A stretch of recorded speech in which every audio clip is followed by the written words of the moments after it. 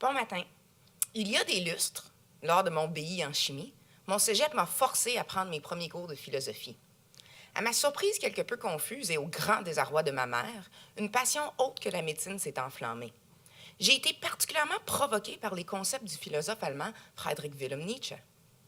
Malheureusement, Nietzsche est largement connu parce que le régime nazi a employé ses écrits pour appuyer son idéologie. Heureusement, peu après la Deuxième Guerre mondiale, certains philosophes ont travaillé ardemment à montrer que l'interprétation totalitaire est réductrice, voire destructrice des propos de Nietzsche. Or, un peu moins heureusement selon moi, en grande partie, ils en ont suggéré des lectures aristocratiques.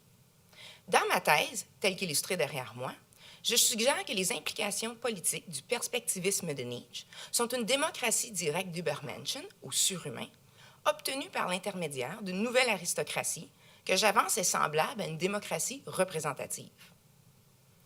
Nietzsche affirme que chacun d'entre nous ne connaît le monde qu'à partir de perspectives humaines, c'est-à-dire des perceptions partielles et des interprétations informées par nos particularités physiques, psychiques et environnementales.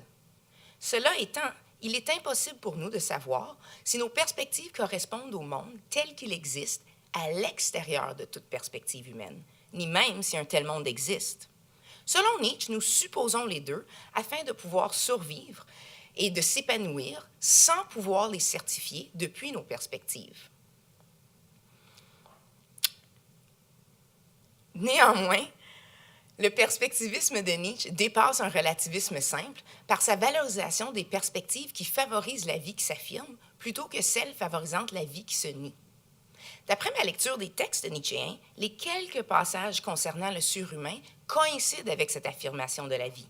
Puis, la démocratie directe est le seul régime politique qui assure le montage maximal de perspectives qui définit l'objectivité perspectivale.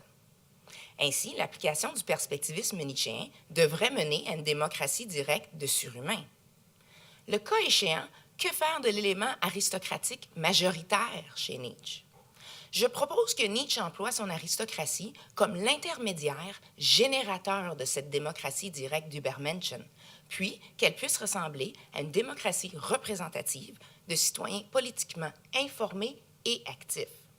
Pour terminer, je défends la faisabilité générale de mon interprétation du projet nietzschéen. J'estime que mon doctorat contribue à une nouvelle perspective sur et une réévaluation non seulement du philosophe incontournable Nietzsche, mais aussi du meilleur régime politique qu'il soit, la démocratie. Merci.